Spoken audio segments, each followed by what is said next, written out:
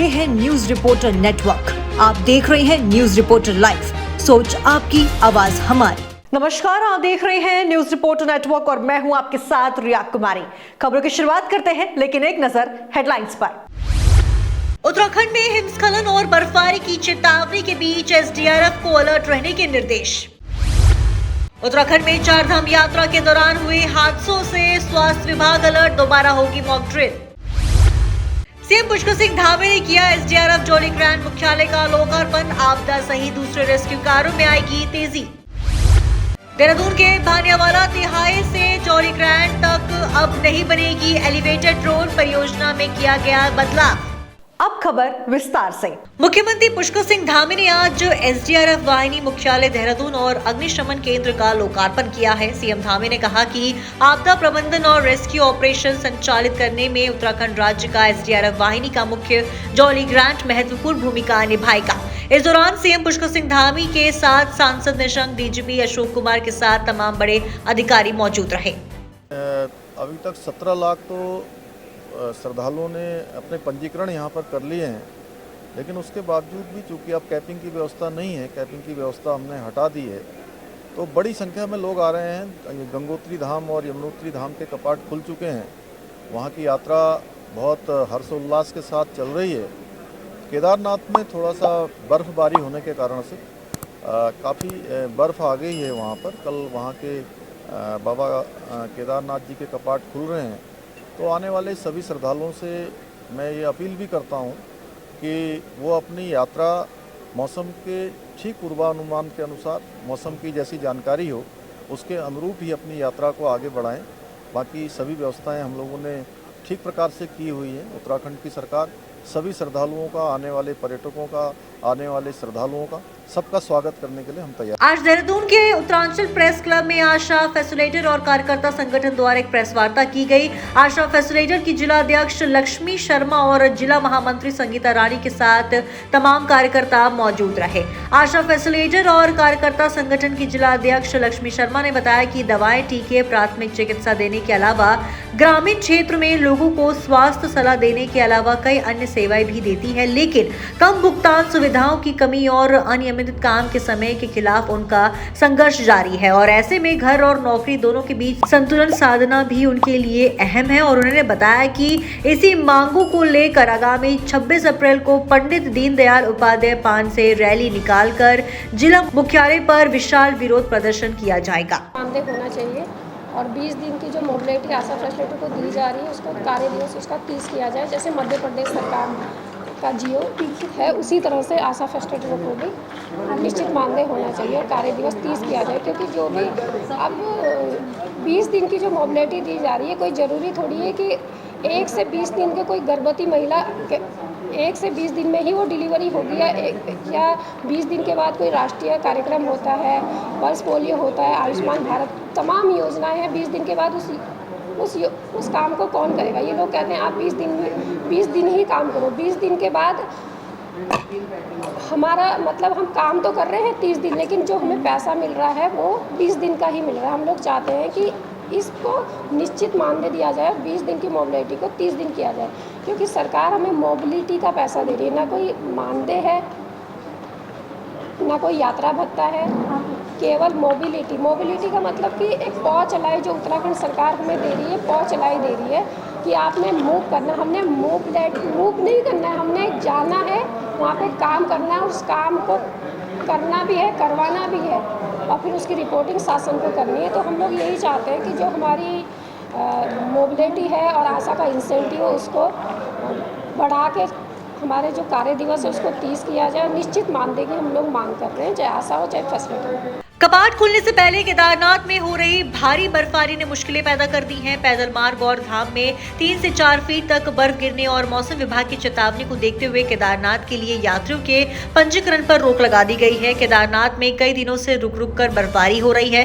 रविवार को भी बर्फबारी हुई और बर्फबारी से धाम में यात्रियों के लिए लगाए जा रहे कई टेंट टूट गए हैं। न्यूनतम तापमान -1 डिग्री तक पहुंच गया है और वहीं बद्रीनाथ धाम में भी भारी बर्फबारी देखने को मिल रही है। यात्रा मार्गों पर भारी बर्फबारी जमा है और 27 अप्रैल को बद्रीनाथ धाम के कपाट खुलेंगे। वहीं यात्रा मार्गों पर जमी बर्फ को हटाने के लिए कार्य किया जा रहा है।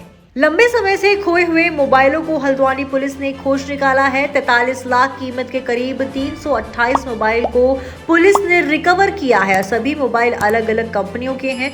अपना खोया हुआ मोबाइल वापस पाकर लोगों के चेहरे पर एक मुस्कान लौट आई है। एसएसपी नैनीताल के मुताबिक 43,31,000 के मोबाइल पुलिस ने ढूंढ निकाले हैं, जिन्हें यूपी, राजस्थान, उत्तराखंड, दिल्ली समेत कई राज्य से बरामद किया गया है। एसएसपी नैनीताल के मुताबिक सन 2016 में मोबाइल ऐप का गठन हुआ था। तब से लेकर अब तक 5,262 मोबाइल रिकवर किए जा चुके हैं। साल 2022 में कुल 1,500 मोबाइल अब तक रिकवर किए जा चुके हैं, जिनकी अनुमानित कीमत 2.5 करोड़ रुपए के आसपास है। 28 मोबाइलों की रिकवरी अभी तक हुई है और इसकी कीमत 43,31,000 रुपया टोटल है। पिछले वर्ष 1,500 मोबाइल रिकवर हुए थे, जिनकी कॉस्ट 2.5 करोड़ से ऊपर थी। और जब से हमारी ये टीम बनी है 2016 से, तब से 6.25 करोड़ रुपए की अभी तक मोबाइलों की रिकवरी हो चुकी है। टीम द्वारा जो सराहनीय कार्य लगातार किया जा रहा है, क्योंकि ये लगभग भारत के सारे स्टेटों से जो है मोबाइल रिकवर करके लाए जा रहे हैं। इनके जो सराहनीय कार्य के लिए मेरी तरफ से 5,000 रुपये के इनाम की घोषणा की। इसमें 43,31,000 रुपये की टोटल रिकवरी हुई। नवंबर में हमारा पूजा गौड़ का, मेरी बेटी का फ़ोन गुम हो चुका था, तो अभी 3 दिन पहले हमें कंप्लेन आई कि आपका फ़ोन मिल चुका है, आप आके ले जा सकते हैं। तो आज हमें बहुत खुशी हुई कि हमारा फ़ोन मिला। आज बहुत खुशी हो रही कि बेटी का फ़ोन वापस मिल गया।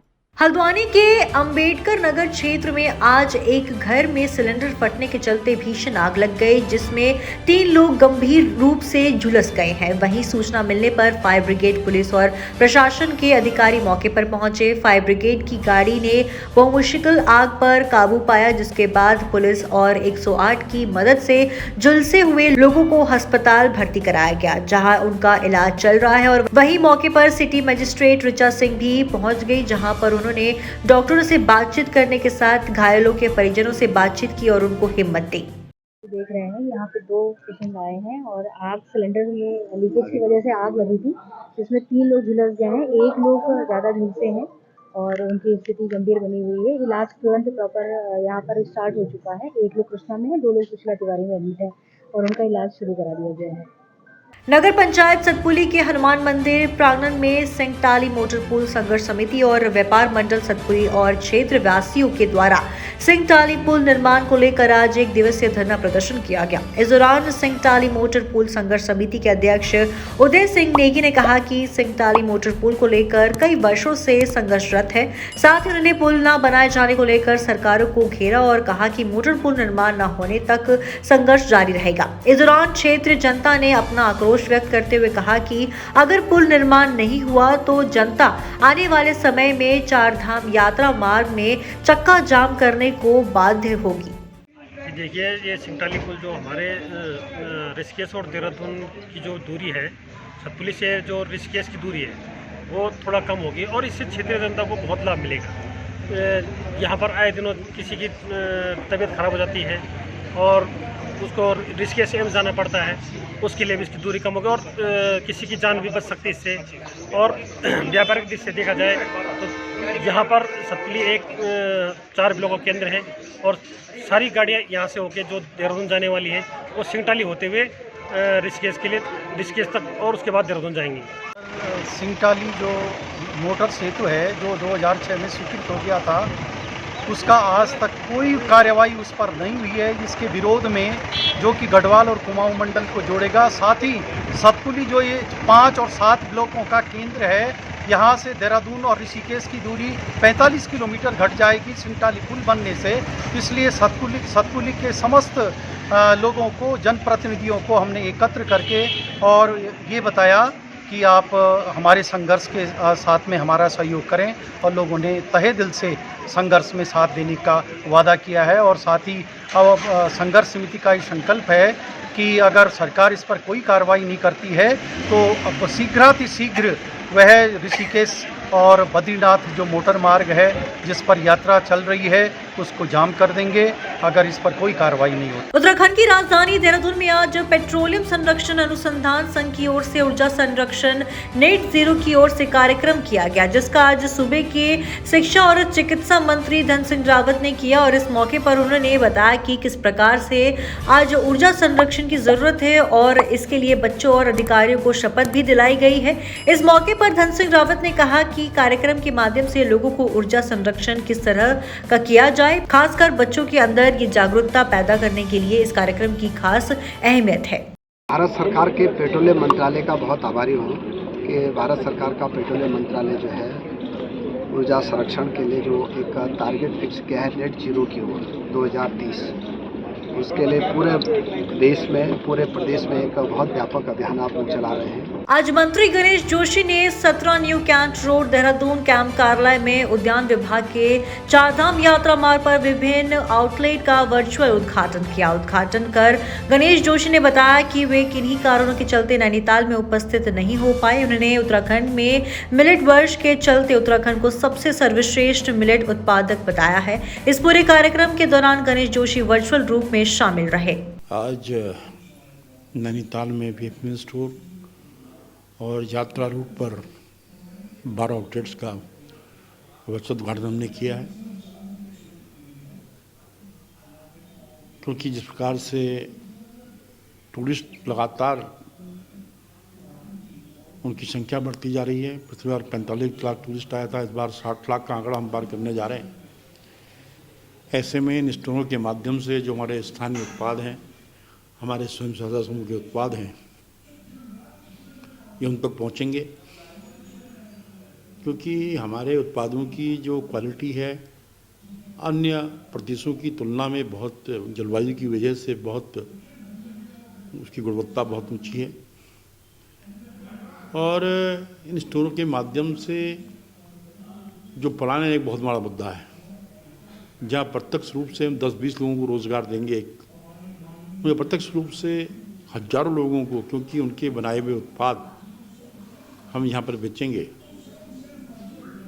मैं इसके लिए माननीय प्रधानमंत्री जी का विशेष आभार व्यक्त करता हूँ कि वो नीचे तक सोचते हैं, कि हर किसान के बारे में सोचते हैं, हर आम जन नागरिक के बारे में सोचते हैं। जो किसानों की आय दुगनी करने का जो सरकार का संकल्प है, उस दिशा में भी एक सार्थक कदम होगा। इस अवसर पर मैं, क्योंकि मैंने व्यक्तिगत रूप से नैनीताल में इस कार्यक्रम में रहना था, लेकिन इन्हीं कारणों से मैं जा नहीं पाया और इस कार्यक्रम को हमने आज ही करना था। आज ही हमने किसान रथों को भी रवाना किया है, जो न्याय पंचायत तक जाएंगे और उसमें हमारे वैज्ञानिक व अधिकारी होंगे, जो किसानों को केंद्र और प्रदेश सरकार की योजनाओं की जानकारी भी देंगे। और मुझे कहते हुए हर्ष होता है कि जहां हमारा प्रदेश बनने के बाद कृषि का क्षेत्रफल घटा है, लेकिन हमारा उत्पाद 2,56,000 टन से अधिक बढ़ा है। और इसमें अगर योगदान है तो हमारे किसानों का है, वैज्ञानिकों का है। और आने वाले समय में इसको लक्ष्य को हम जो है और बढ़ाएंगे, ये हमारा संकल्प है। उत्तराखंड में एक बार फिर से 22 अप्रैल से चारधाम यात्रा शुरू हो गई है और 25 तारीख को केदारनाथ के भी कपाट खुलने जा रहे हैं। यात्रा को सुगम और सरलीकरण बनाने के लिए इस बार स्वास्थ्य महकमे ने कमर कस ली है और सूबे के स्वास्थ्य मंत्री धन सिंह रावत ने बताया कि इस बार यात्रियों के लिए स्वास्थ्य एटीएम की भी सुविधा दी जा रही है, जो यात्रियों को सुविधा प्रदान करेगी। वहीं दूसरी ओर जगह जगह डॉक्टरों की टीमों को अलर्ट मोड पर रख दिया गया है और एम्स ऋषिकेश और कई अस्पताल को इमरजेंसी के लिए चारधाम यात्रा पर तैयारी के लिए रखा गया है। यात्रियों के लिए एम्बुलेंस भी उपलब्ध कराई गई है। हल्द्वानी में जिला प्रशासन और नगर निगम संयुक्त रूप से अतिक्रमण हटाओ अभियान शुरू करने वाला है। शहर के हालात ऐसे हैं कि फुटपाथ पर भी अतिक्रमणकारियों ने कब्जा कर लिया है और दुकानदार सड़कों पर अपनी दुकान सजा रहे हैं। स्थायी दुकान होने के बावजूद अपनी दुकानों को आगे बढ़ाकर सड़कों पर पहुंचाने वाले दुकानदारों की अब कोई खैर नहीं है। साथ ही फुटपाथ पर भी किसी प्रकार का अतिक्रमण नहीं होने दिया जाएगा, क्योंकि प्रशासन ने अपने इरादे साफ जाहिर कर दिए हैं और इस बार ना तो किसी को रियायत दी जाएगी और ना ही कोई मोहल्लत। सिटी मजिस्ट्रेट ऋचा सिंह का कहना है कि उच्चाधिकारियों के निर्देश पर जल्द नगर निगम और जिला प्रशासन संयुक्त रूप से अतिक्रमण हटाओ अभियान के तहत ड्राइव शुरू करने जा रहा है। व्यापारियों द्वारा जो सामान फुटपाथ पे और अपनी दुकानों के सामने निकाला जाता है और जो फेरी के लोग हैं, फल व्यवसायी हैं, ठेले वाले हैं, उस सड़कों पर के किनारे जो अपना ठेला लगा करके अस्थायी और सामानों को ज़मीन पर रख करके व्यवसाय करने लगते हैं, उससे स्थितियाँ प्रभावित होती हैं, ट्रैफिक जाम भी होता है और लोगों को यातायात में बाधा उत्पन्न होती है। इसको लेकर पूर्व में भी बृहद पैमाने पर नगर निगम द्वारा अतिक्रमण हटाओ अभियान चलाया गया था, जिसमें काफ़ी अच्छी सफलता प्राप्त हुई थी और व्यवसाय भी काफ़ी सुचारू हुई थी। वर्तमान में पुनः छोटे छोटे अभियान जगह जगह जहाँ पर ज़्यादा अतिक्रमण की शिकायतें प्राप्त हो रही वहाँ पर किया जा रहा है और प्रयास किया जाएगा भविष्य में शीघ्र ही पुलिस प्रशासन नगर निगम को की सम्मिलित टीम द्वारा एक बृहद अभियान चलाया जाए और शहर को अतिक्रमण से मुक्त दिलाई जाए। तो आज के इस खबर में बस इतना ही। देखते रहिए न्यूज रिपोर्टर लाइव। धन्यवाद।